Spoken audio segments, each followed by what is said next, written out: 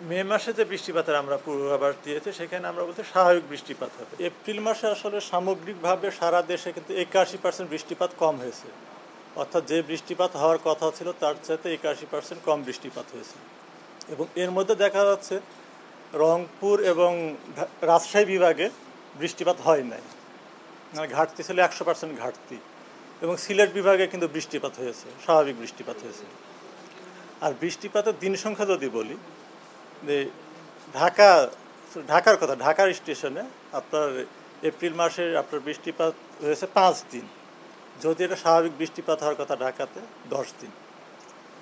আর সিলেটে এপ্রিল মাসে স্বাভাবিক বৃষ্টি হওয়ার কথা 16 দিন, এবং কিন্তু 16 দিনই বৃষ্টিপাতটা রেকর্ড করা হয়েছে।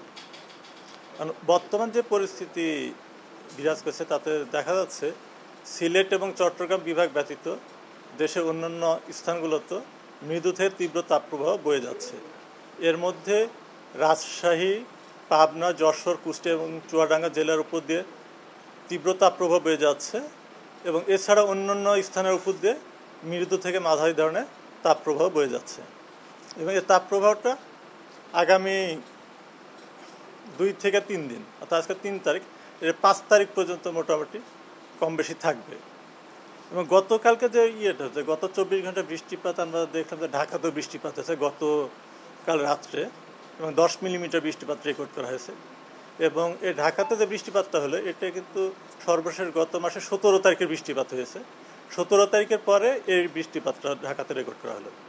এবং গত 24 ঘন্টা দেশে সর্বোচ্চ বৃষ্টিপাত রেকর্ড করা হয়েছে আপনার রাঙ্গামাটিতে 67 মিলিমিটার। এখন যে অবস্থা দেখা যাচ্ছে তাতে আমরা দেখতে পাচ্ছি তাপপ্রবাহের যে অবস্থা আছে এটা 5-6 তারিখ থেকে অনেকটা প্রশমিত হবে, তাপপ্রবাহটা দেশে অনেক জায়গাতে প্রশমিত হবে, এবং এর সময় কিন্তু বৃষ্টিপাতের পরিমাণটা বৃদ্ধি পাবে। আচ্ছা, না, আমরা যে জিনিসটা আগে থেকে বলছিলাম, বৃষ্টিপাতের প্রবণতাটা আমরা দেশের পূর্বাঞ্চলে অর্থাৎ সিলেট, চট্টগ্রামী অঞ্চলে এবং ঢাকা বিভাগের পূর্বাংশের বৃষ্টিপাতের প্রবণতাটা বেশি ছিল। এবং আমরা দেখেছি যে এই অঞ্চলগুলোতে কিন্তু তাপপ্রবাহটা অনেকটা প্রশমিত হয়েছে। তবে দেশের পশ্চিমাঞ্চলের যে অবস্থা আছে, অর্থাৎ রাজশাহী, রংপুর, খুলনা, ঢাকা বিভাগের কিছু কিছু জায়গায় যে অবস্থা রয়েছে, এটা প্রশমিত হতে আরও সময় লাগবে। অর্থাৎ 6 তারিখের আগে ওইভাবে প্রশমিত হবে না দেশের পশ্চিমাঞ্চলে যে তাপমাত্রা আছে। আমাদের যে গতকালকে যে দীর্ঘমেয়াদী পূর্বাভাস দেওয়া হয়েছে, এখানে আমরা মে মাসের জন্য সামগ্রিকভাবে সারা দেশে স্বাভাবিক বৃষ্টিপাতের সম্ভাবনা রয়েছে। এবং এই মাসে 3 থেকে 5টি শিলাবৃষ্টি সহ হালকা কালবৈশাখী ঝড়ের সম্ভাবনা রয়েছে, এবং 1 থেকে 2টি মাঝারি থেকে তীব্র কালবৈশাখী ঝড়ের সম্ভাবনা রয়েছে। মে মাসে দেশের কোথাও কোথাও 1 থেকে 3টি মৃদু থেকে মাঝারি ধরনের তাপপ্রবাহ এবং 1 থেকে 2টি তীব্র তাপপ্রবাহের সম্ভাবনা রয়েছে। তবে এই মাসের দিনের তাপমাত্রা স্বাভাবিক অপেক্ষা কিছুটা বেশি থাকতে পারে, এবং রাতের তাপমাত্রা প্রায় স্বাভাবিক থাকতে পারে। এবং মে মাসের যে দেখা যাচ্ছে যে বঙ্গোপসাগরে 1 থেকে 2টি লঘুচাপ তৈরি হতে পারে, তার মধ্যে একটি নিম্নচাপ বা ঘূর্ণিঝড় রূপ নিতে পারে। এটা মে মাসের দ্বিতীয়ার্ধে মানে হচ্ছে 15 তারিখের পরে আসলে। না, এখন যে অবস্থা আমরা তো না, দেখেন বৃষ্টি আমাদের যে সর্বোচ্চ তাপমাত্রা ছিল গতকালকে 41.8 ডিগ্রি চুয়াডাঙ্গায়, ওই অঞ্চলে কিন্তু বৃষ্টিপাত হয় না। ওই অঞ্চলের দিকে কিন্তু উল্লেখযোগ্য পরিবর্তন হবে না, তবে যেটা আছে হয়তো ওর চাইতে বেশি হবে না, কিছুটা কমতে পারে। হ্যাঁ, ঢাকা তাপমাত্রা কিছুটা কমার সম্ভাবনা আছে। না, আমি আগেই বলছি যে আমাদের মে মাসে অতি তীব্র তাপপ্রবাহের সম্ভাবনা কম, সেই ক্ষেত্রে 43 হওয়ার সম্ভাবনা কম। না, তীব্র হতে পারে, অতি তীব্র তাপপ্রবাহ হচ্ছে 42 ডিগ্রি উপরে। তো আমরা দেখছি এখন পর্যন্ত যেটা দেখা যাচ্ছে যে 42 ডিগ্রি উপরে ওঠার সম্ভাবনা কম মে মাসে।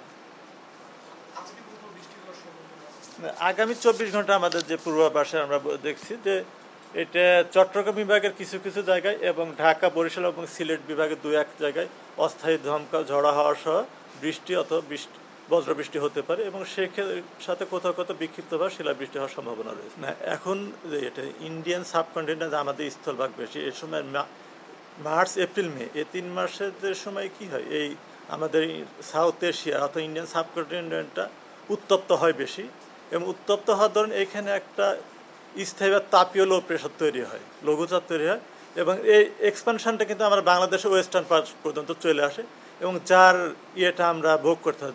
যখনই দেখা যায় যে আমাদের দেশের তীব্র তাপপ্রবাহ প্রশমন হতে হলে আমাদের ওয়েস্টের তাপমাত্রা কমতে হবে। এখন পর্যন্ত যেটা দেখা যাচ্ছে যে ওয়েস্টে ওইভাবে তাপমাত্রা কিন্তু কমে না বা বৃষ্টিপাতও দেখা যায়। তবে 6 তারিখের পর থেকে আশঙ্কা করা হচ্ছে, আমরা দেখছি যে আমাদের পশ্চিমের দিকে অর্থাৎ ইন্ডিয়ার ওই দিকে বৃষ্টিপাতের প্রবণতাটা বৃষ্টি পাবে, সেক্ষেত্রে তাপমাত্রাটা কমবে। মে মাসে যে বৃষ্টিপাতের আমরা পূর্বাভাস দিয়েছি সেখানে আমরা বলছি স্বাভাবিক বৃষ্টিপাত হবে এবং মে মাসে স্বাভাবিক বৃষ্টিপাতের পরিমাণটাও কিন্তু অনেক। মে মাসে যে স্বাভাবিক বৃষ্টিপাত হলে সেক্ষেত্রে ওইভাবে উল্লেখযোগ্যভাবে ওইভাবে তাপপ্রবাহ হওয়ার সম্ভাবনা কম আর অতি তীব্র তাপপ্রবাহ হওয়ার সম্ভাবনা কম। এখন বৃষ্টিপাতটা আসলে কিভাবে হচ্ছে, হয়তো দেখা যাচ্ছে আমি বলছি স্বাভাবিক বৃষ্টিপাত হবে, এই বৃষ্টিপাতটা দেখা যাচ্ছে প্রথম 15 দিন হইলো বা 10 দিন হলো, এরপরে 15 দিন হইলো না, কিন্তু পরবর্তীতে কিন্তু 15 দিনে কিন্তু আমার আবার গরমের মধ্যে দিয়ে যাইতে হবে, তাপপ্রবাহের মধ্যে দিয়ে যাইতে হবে। এবং এই বৃষ্টিপাতটা বা তাপপ্রবাহের ইয়েটা নির্ভর বৃষ্টিপাতের ডিস্ট্রিবিউশনের উপরে কীভাবে হচ্ছে। এই বৃষ্টিপাত যদি মাঝে মাঝে গ্যাপ দিয়ে হয় সেক্ষেত্রে আমাদের তাপপ্রবাহটা অনেকটা প্রশমিত হবে এবং মানুষের মধ্যে স্বস্তি বিরাজ করবে। কিন্তু দেখা যাচ্ছে প্রথম 7 দিন একটানা বৃষ্টি হলো, পরের 15 দিন কোনো বৃষ্টি নেই, সেক্ষেত্রে কিন্তু আবার তাপপ্রবাহটা একটু প্রকট আকার ধারণ করতে পারে। না, এটা তো না হওয়া পর্যন্ত আসলে তার দীর্ঘমেয়াদী পূর্বাভাস সেটা ওইভাবে করা বলা মুশকিল। এটা হওয়ার পর আসলে কতটুকু হওয়ার পর এটা কম্পেয়ার করা যাবে। না হওয়ার পর আমরা যেটা বলছি স্বাভাবিক বৃষ্টিপাত হবে, তবে আমার যতটুকু মানে গত বছর মে মাসে কিন্তু বৃষ্টিপাত কম হয়েছে।